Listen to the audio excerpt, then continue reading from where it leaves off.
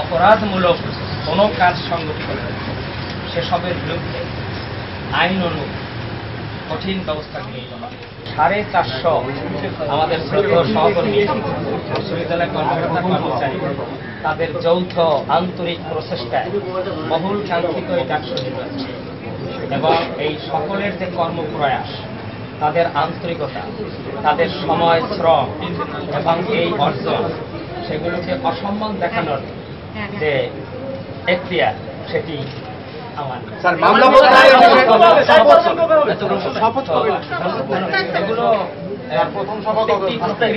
প্রত্যেকটি কার্যক্রমই যথাযথ রীতিনীতি অনুসরণ করে। ধন্যবাদ।